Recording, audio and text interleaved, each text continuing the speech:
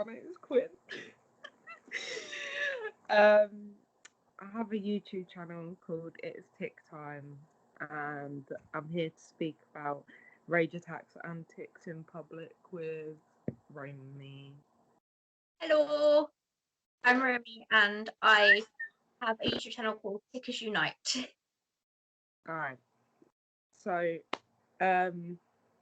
rage attacks are basically what it sounds like. It's just like it's just a whole load of rage that you can't control. People think it's normally like bad behavior, or they can confuse it for like autistic meltdowns and things like that when it's completely different.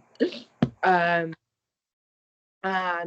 you have to try your best not to get angry with the person who's having the rage attack, even though they can really do damage and hurt you, because people with rage attacks normally lash out at people that are closest to them.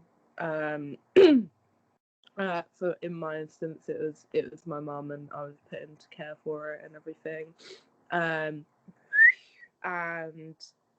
it can be like really scary, but I think that if you're diagnosed or you're seeing a doctor or a neurologist, I think it can be really helpful and under control if you have the right sort, maybe of medication, of therapy, of something like that. And I do think rage attacks get a lot better when you get older as well. That's what I've noticed. Because also when you get older, if you're going to lash out and hurt people and things like that, there's no second chances really, because the police aren't going to see it that way, and things like that. And they're not, Tourette's is very misunderstood in loads of different ways, because people who hear Tourette's just think of people who swear and have tics and things like that, but it's a whole lot more than that, with the OCD side of it and the rage attacks and the intrusive thoughts and the mental tics and things like that. But I'll let Romy say something. Yeah, I think attacks, as you said, they are incredibly destructive, and it isn't bad behavior, but some doctors might not understand it and may tell someone that it's just a behavioral problem when it's really not the individual doing it, and saying they're badly behaved can actually really harm someone's self-esteem because they don't understand why they can't control this. But yeah, it can have an impact on the family. It's really heartbreaking that you were put into care for it at a young age. I'm really lucky that nothing like that happened to me. My psychiatrist threatened to put me in a care home when I was 12, but thankfully it never went further than that. But I feel like it does have a huge impact. Like sometimes the rage attacks are a lot worse than the tics themselves at times because they're just so destructive. But yeah, you mentioned that rage attacks are different to autistic meltdowns. Would you like to elaborate on that and say what the difference is? Okay, so with autistic meltdowns, they can be brought under control in a certain type of way. Shut up. And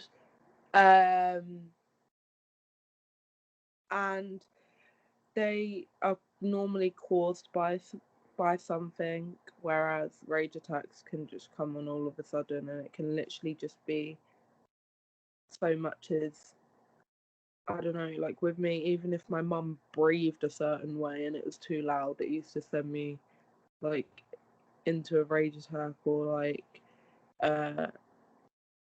or I would just, I would be fine and I'd be sat in my bedroom and then I'd instantly just go down and like attack people and things like that. Whereas an autistic meltdown is normally shut up, I'm speaking. You're not even talking. Whereas a rage attack can be caused like there's normally not a cause for it. And autistic meltdowns, there's normally a cause for it, like sensory overload or something like that causes it, if you know what I mean. Would you say rages are more violent sometimes? yeah, like, yeah. um, I used to hit and punch, and I put holes through everything. I broke numerous phones, um, and I um have done a lot of damage. I pushed my mum down the stairs, um, and we didn't. I wasn't diagnosed, so we didn't know what was wrong with me. And my rage attacks actually came on before my tics did. I only had one tic that like this, and obviously they just thought that was because I was autistic.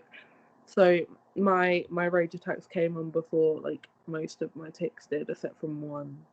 So yeah. Yeah, that must be really, really difficult. Um, did you just think you were badly behaved when you're not? Yeah, I was put under cams, and they just said that I had a psychosis, Mm, and then I was like put on mental health medication and things mm, like things like that. mm. You've definitely been through an awful lot with your rages. I mean, you said something about it getting better with age. Do you still have them, or are they just lesser? Really rarely, like I'll like swear at people and things like that, and people normally just see me as like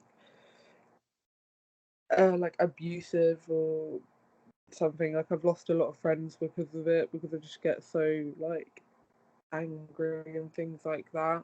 But it isn't like I can't help it. But I don't have rage attacks to the point where I like hurt people physically anymore.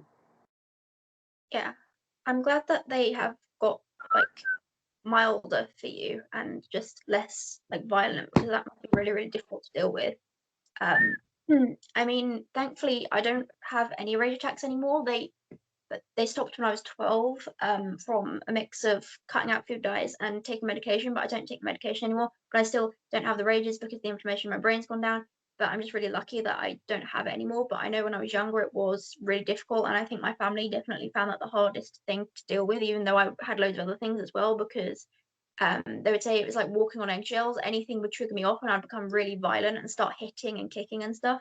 So it's definitely a very big thing on the people who are involved.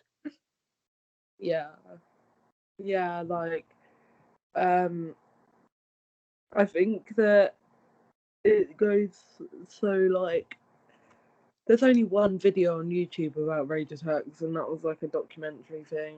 And Yeah, it's me like, too. yeah, and not many Yeah. people like speak about it because it's a bit like, I don't know if I should say like controversial, but maybe they feel like people wouldn't want to be friends with them anymore or Mm, something like that. I have like a good support system of people that like I have rage attacks a lot, like violently, not like hitting people or anything like that, but I like get out of cars and slam doors mm, um and like go missing and things like that. And I think it's very like I don't like I feel like what am I meant to say like in public if that happens, because it happens a lot in public. Like what am I like, what do I say? Oh, by the way, I've got Tourette's. Don't just look at me and be like, that isn't Tourette's. mm. Yeah, I think some people, as you say, they kind of forget, You're a threat. but they just don't know that Tourette's isn't just tics. It does often come with lots of other things, as does like pandas, pans, other things that cause tics. If you have tics, you're likely to have other issues as well. Um, so I think that is really important for people to understand that it isn't just that, it's so much more. But yeah, it can be really difficult. And like you said about how some people may shy away from talking about it because they may worry that people may not want to be their friends and stuff. I think what's helped with that is just kind of knowing like that it isn't my fault. That's how I've been able to speak about it more, knowing that it is a neurological thing and not a reflection of my character, because I know that some people do have issues with their self-esteem because of their rage attacks. They feel very remorseful for it. They feel like it's their fault, like they're a bad person when they're really not. It's just something that happens in their brain. Yeah. I think that people with Tourette's should definitely, like, this may be a bit controversial, but I feel like they should definitely have some sort of therapy. Um, even if it's just to speak about like struggles and things like that, because a lot of people with Tourette's as well have mental health issues, and I feel like also because they feel like no one like understands them or anything like that, and yeah, I definitely feel like rage attacks are very not spoken about enough, and they should be spoken about. Wait, go home. Spoken about more than they are, because it happens to a lot of people, and it's not a rare thing either. So Yeah. I mean, I think if more people are raising awareness of rage attacks, less people will be accused of just being bad people, which is really sad. But I feel like that does happen. And as well, you said something interesting about people with Tourette's being offered therapy. That could potentially be helpful, like in the early stages, when people are learning to accept themselves and learning how to manage co-occurring issues. I mean, what has really helped me is actually meeting others in the community. That has been the most therapeutic thing, I think, because when you meet others, you can learn from them about management strategies and know that you're not the only one who has not just the tics, but the other symptoms as well. and I think that a lot of people with Tourette's actually don't want to do that kind of thing, and they don't want to meet others with Tourette's because they're scared that their tics will get worse. So like people that don't have support and don't want to meet others with Tourette's, that's what sucks so bad as well, because actually like meeting other people with Tourette's is risky too, because you don't know what you're going to come home with next. Like I never used to have paralysis tics until I met my friend who had paralysis tics, and now my legs paralyze themselves and I have leg tics and things like that. And now I'm having to go in a wheelchair. And I just feel, some people want to meet others in the community. I do. I I like doing that, but other people don't, and I feel like if they don't and they don't have a massive support system or anyone who understands them except from their parents, which are not going to understand all of it or anything like that, then I feel like they should definitely have some sort of therapy, or just something.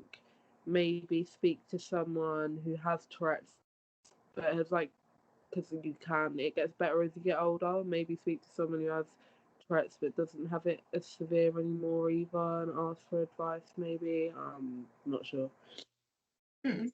Yeah, that's a really really good point actually. I do see that we do pick up tics from others. The tick swap. Yeah, that is actually a big risk, and that's a good thing to point out.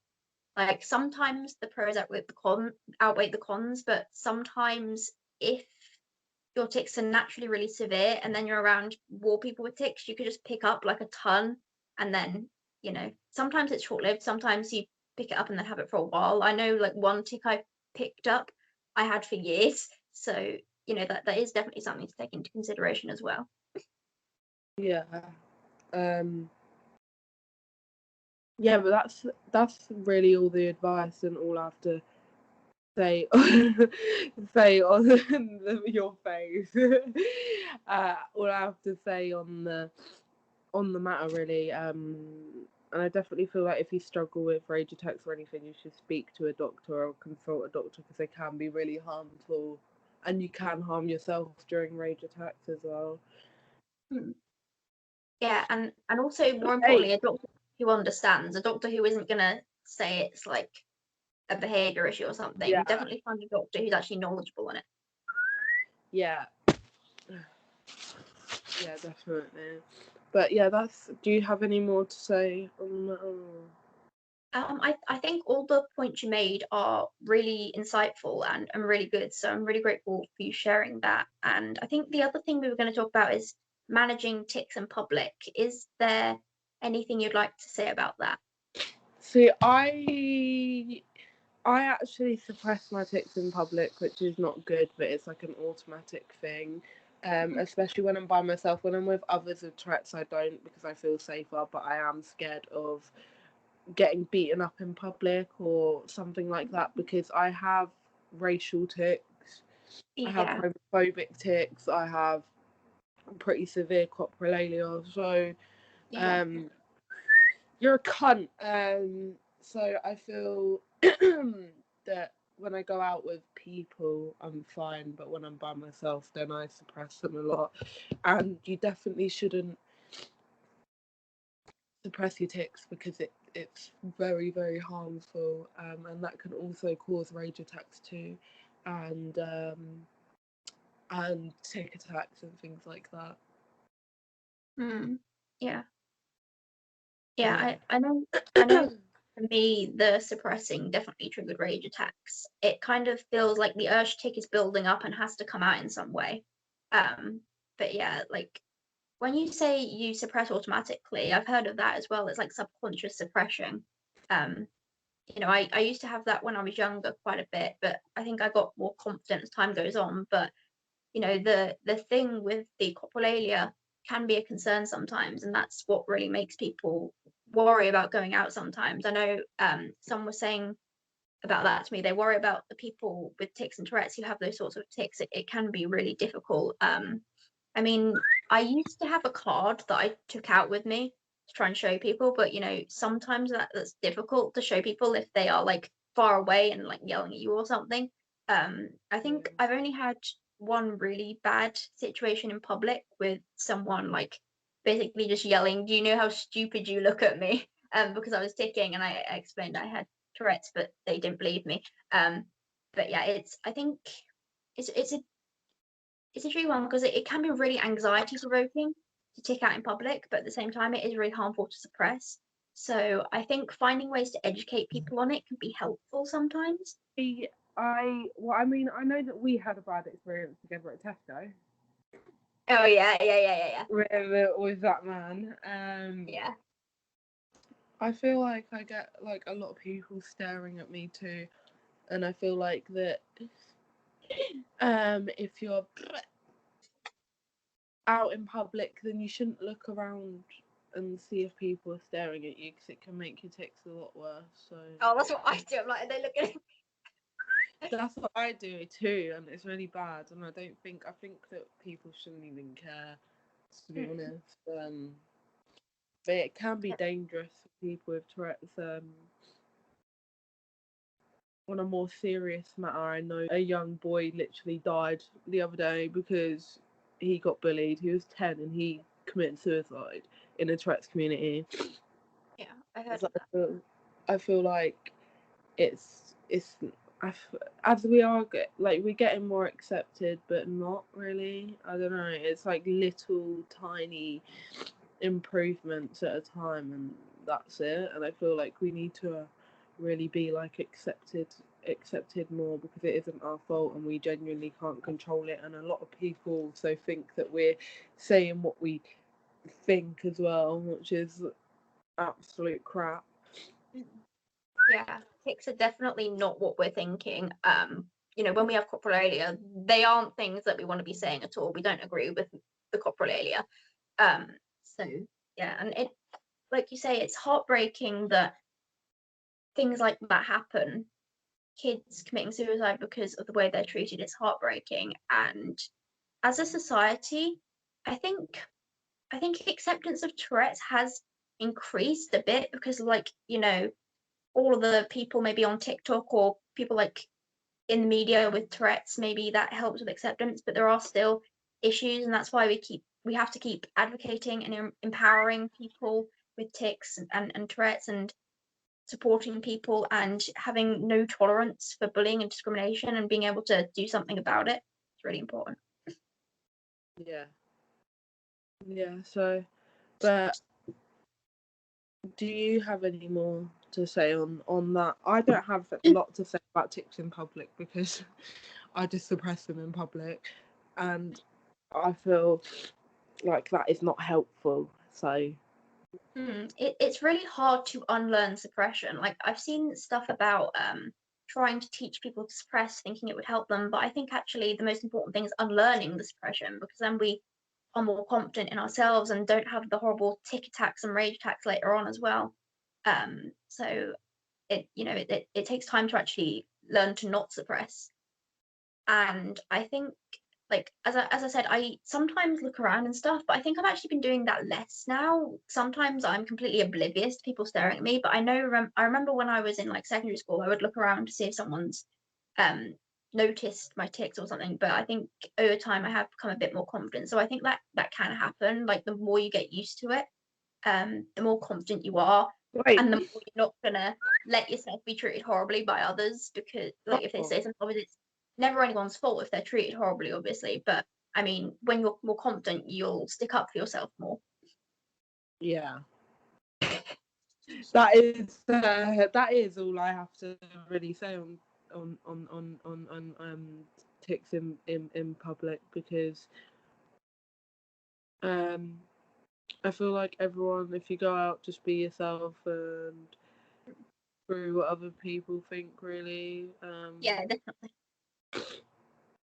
But yeah, I don't think you should suppress them at all. But yeah, that is all I have to say.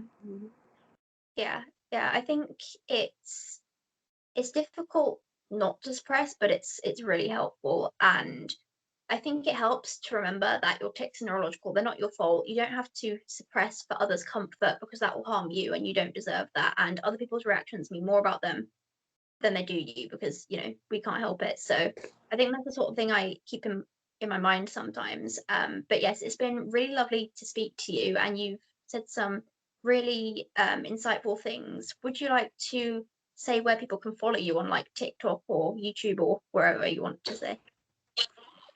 Okay, my TikTok is it's Tic Time, which the name's been changed in it, so it's Tic Time now.